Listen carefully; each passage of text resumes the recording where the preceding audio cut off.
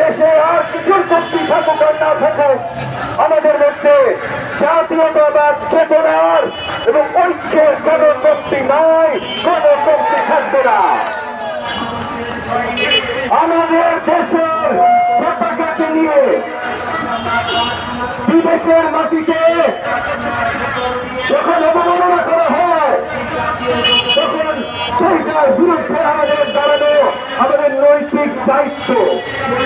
কিন্তু একই জায়গায় মনে রাখতে হবে যে আমাদের পতাকাকে কেউ অবমাননা করলে যেমন আমরা চিন্তা কোনোভাবে মেনে নিব না, আমরাও যেন অন্য কাউকে অবমাননা না করি।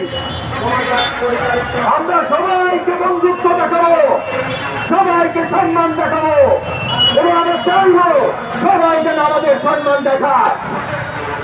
গত 15.5 বছর ভারতের সাথে বাংলাদেশের যে সম্পর্ক ছিল, এইটা সম্মানের ভিত্তিতে সম্পর্ক ছিল না। 15.5 বছর ভারতীয় সরকার বাংলাদেশকে দেশ হিসাবে, আমাদের জনগণকে জাতি হিসাবে এবং আমাদের রাজনীতিবিদ হিসাবে কোন ধরনের সম্মান করে নাই। কিন্তু মনে রাখতে হবে সেইখানে শুধু ভারতের একার দোষা, হাসিনা সরকার যেটা তারা করিয়েছিল, তারা ভারতের হাতে এই ধরনের শক্তি তুলে দিয়েছিল। হাসিনা সরকারকে যখন আমরা টেনে নামিয়েছি, তখন ভারতের এই সম্পর্ক আর কোনদিন বাস্তবায়ন হবে না ইনশাআল্লাহ। তো ভারত এখন বোধহয় বুঝতে শুরু করেছে। 2 দিন আগে ভারতীয় ফরেন সেক্রেটারি বাংলাদেশের মাটি থেকে ঘুরে গেছেন,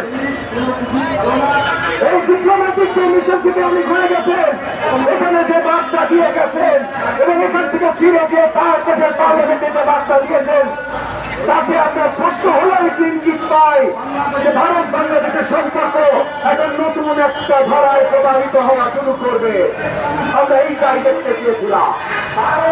গত 15.5 বছর ভারত কতটা অসম্মান আমাদেরকে করেছে, ভারতীয় গণমাধ্যম গত 4 মাস আমাদের বিরুদ্ধে কতটা মিথ্যাচার করেছে, সেইটার প্রতিশোধ নেওয়ার প্রয়োজন আমাদের নাই। আমাদের যেটা প্রয়োজন সেটা হল প্রতিরোধ করবা।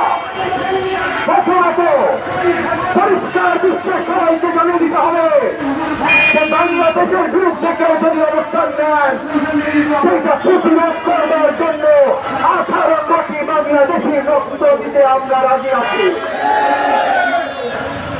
কাউকে এই দেশের সভ্যতা নিয়ে প্রশ্ন তুলতে আমরা দিব না। বাংলাদেশকে নিয়ে